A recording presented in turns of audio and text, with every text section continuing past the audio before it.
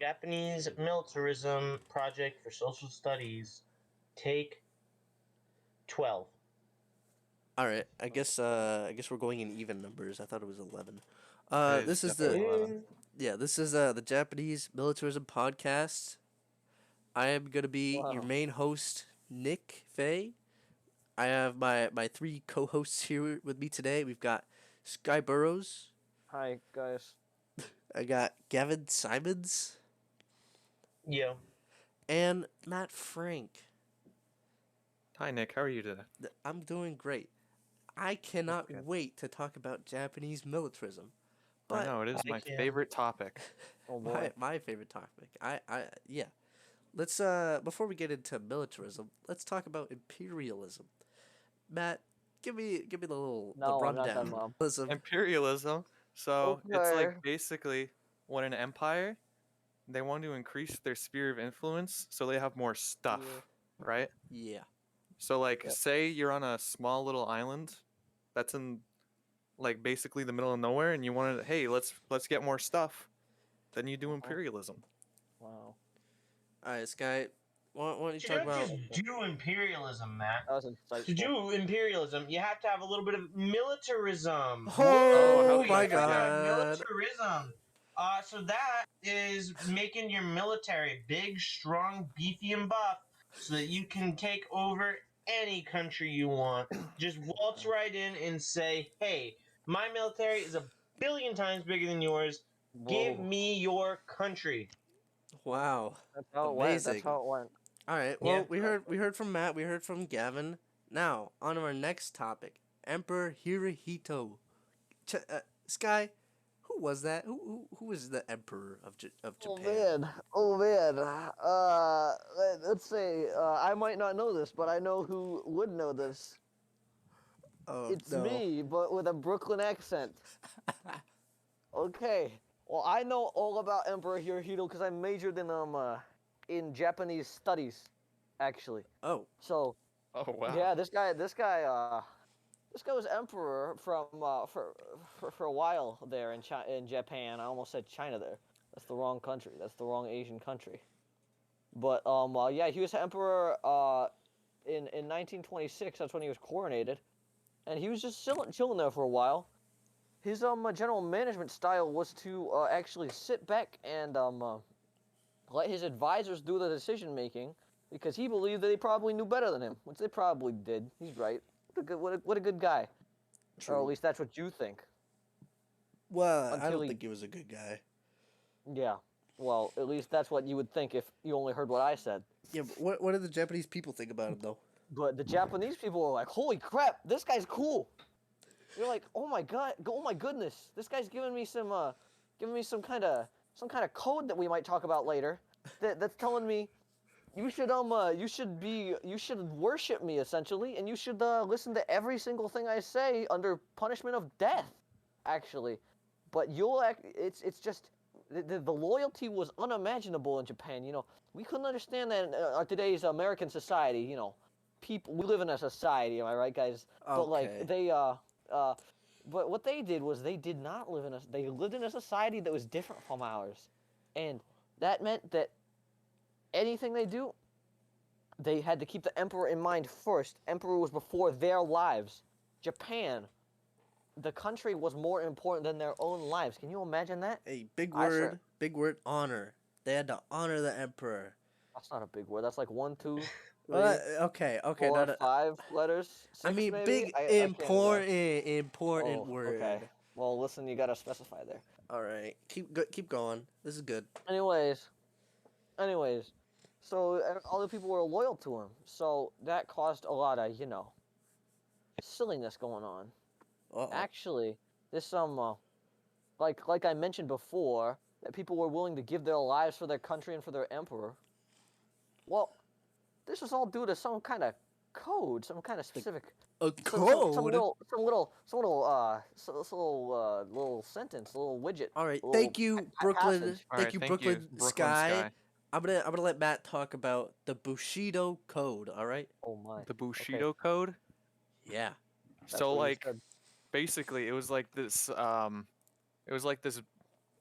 code that the Uh-huh. people would kind of go with. I don't know how to explain Yeah. it that well. So like it was Follow? basically do anything but surrender, even if it includes killing yourself. Okay, okay. So like Hold on. I'm gonna help you out a little bit. Before we get to the killing themselves part, let's just Mm. say the Calm down. Bushido Code, in definition, is a moral code that originally Japanese samurai used, in which they would be unquestioningly, I don't know if that's a word, loyal to Yeah, it like is. their emperor, which is why everybody loved Emperor Hirohito, is because they would follow the Bushido Code, and they would value, as I said before, they value honor above their lives, meaning they would give their lives for their country and their emperor. Which, Matt, you can continue on the what happened at Okinawa, Okinawa. Well, Yeah. So like, uh, well, the U.S. Oh. tried to take it back from them, and a lot of people died because the Japanese just didn't surrender. They just kept going and going and going. Mm, Oh. that's crazy. And even if it was like 1,000 U.S. men to one Japanese person, he would still fight. He wouldn't surrender because of the Whoa. Bushido Code. That's suicidal. It That's is. crazy. That's how Crazy talk. crazy they were Yeah. about all their honor and stuff. Yeah, crazy. all these devoted soldiers. I mean, the military was able to take over the government just so easily with all these devoted soldiers, especially during the Great Depression in the 1930s. I mean, people were desperate. It's like what we saw in Germany during the time is Hitler's rise to power was due to the desperation and because of just how bad things were. I mean, Japan had a similar thing. Things were really bad, so when the military came to power, they didn't come to power, but When they they got a said they lot of could fix support. everything. Yeah, they got a lot of support because the military could do all this imperialistic stuff and militaristic stuff to get resources and help the people. But the first place that they would invade is a little place in China. Sky, I think you Uh-oh. might know a little bit about this. Uh-oh. Well, Brooklyn accent me wouldn't know nothing about that, but I do know who would know about that. And that's Normal Sky Burrows. Hi, it's me, Normal Sky Burrows. Wow, How are you doing? Welcome back. Okay. All right. great to So, see ya. yeah. All right. And then the Manchuria, that's what it was called. That's what the Japanese, Yep. that's what they went for. That's what they're going for. They're okay. So, picture this. All right? Yeah. Japanese army getting a little bit starved, getting a little bit hungry for more. You know what I mean? Okay. Oh, they kind of got a big old military, but what are they gonna use to supply? What are they gonna use to build all those big boats that they like? What are they gonna use to you know run their army? They need How are they gonna feed resources, their little right? guys? Oh yeah, they have resources on Japan. Yeah, tell me about it. Resources more like not resources because that's not what they had on Japan. Okay, It that was was a very great. small island. Thanks, guys. Yep.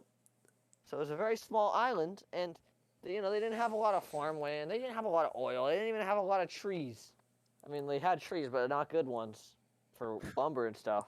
True. And so they're looking across the little bay there. They're looking over there, and they're seeing this little place called Manchuria. It's up in northeastern China. It's right on the coast, right across. Yeah, during A the time. donkey's walk away, as they would say. And they just go there and they take all their boats that they love so much, and they just go attack them. They got their big military, and they just kind of go attack them. Yeah, just want to And say they what? real quick. Manchuria during this time is just what the place of land is called. It was owned by China, so this was It's not its own country. yeah, during this invasion of Manchuria was called the It is second China. Manchuria, China. Yeah. Whatever. This It's was like how in Germany, how there's the Rhineland. I don't know where the accent came from, but this was the second Sino-Japanese War. Okay.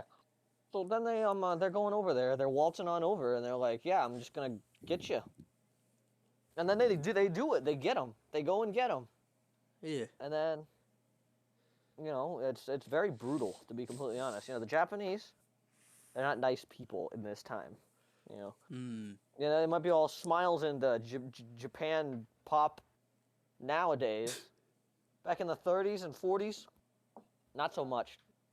Yeah. Not so What, nice Mom? people. Oh god. They definitely changed. Yeah. So anyway, they kind of they're getting a little feisty over there, and they're getting a little brutal with the civilians of Manchuria. Those poor little Chinese civilians. They're just getting them. They're killing them. They're killing them all. That's not good. True. Anyways, yeah, that's why they took Manchuria. Yeah, alright. Thank you very much. But Thank I you, gotta Sky. give Gavin and Matt a little bit of airtime. So we're gonna move on to our next little bit. And it's let's see here. Gavin, talk a little bit about the Navy, The Navy, the Japanese Navy. Japan's navy back in the day kind of went crazy, right? So, by was 1941, they had the third largest navy in the world. Wow, that's so That's crazy. a pretty big one. Yeah, second only to the United States and Britain. Third. Holy. They Yeah, talk third funny. only. true. They do. You're They right. talk funny. The British people? Anything else you want Yeah. to say about the Navy? I Yeah, think well, that's- what they that's do with about the it. Navy in 1941, specifically maybe Well, towards America. well, Yeah, we're not saying anything 1941. specific, but Yeah. There was a date which has some have said lived in infamy. Oh, December 7th, 1941, Japan kind of attacked the naval base in Honolulu, Hawaii, because they wanted to take Hawaii back from America, and well, that was Pearl Harbor. Oh I snap! don't know about the intentions. I'm gonna talk a little bit about that now. Is the Japanese, what they wanted to do is they wanted to expand their influence in the Pacific, but you want who else is in the Pacific is the U.S. Navy, who, like Gavin said, base at Hawaii. So what they did is they pretty much surprise attacked the U.S. and just while they were doing that, crippled the U.S. Navy for a short amount of time, long enough so that they could capture a ton of islands in the Pacific.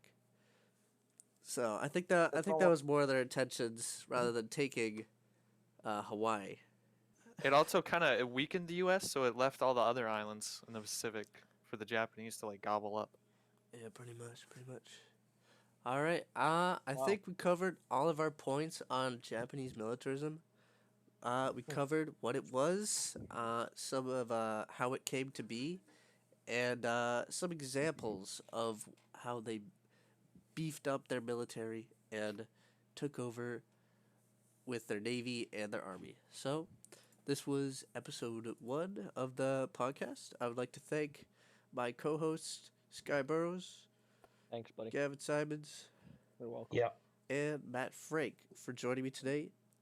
Thank you Look for forward inviting me. to next week when we'll have the Japanese militarism. We might have a different topic, so it might be Japanese tuned. something next week. Potentially. No I'll promises. make sure I turn my notifications on and subscribe and like. And Yeah. by next week, we mean next time there's a project. Yep. Thanks for clarifying that. Thank you, Matt. Jingris. Too much? Actually, You I'd gotta like to cool it. thank Mr. Benoit for offering me Whoa, a whoa. bit of insight into the Japanese imperialism. What do you think, buddy? What's up? Big meanies. Oh, Sorry, could you Yeah. say that again? could you repeat that one more time? They were big meanies. Mr. Benoit, Thanks. wow. Thank you Thanks- for the thanks Yeah, input. thank you telling for me. the delightful insight. I will have Wow, to that was agree with really- you. They were really big meanies. Quite big meanies. Yeah. All right. Well, thank you all for joining us. This concludes podcast number 1. That's a wrap. Okay, guys.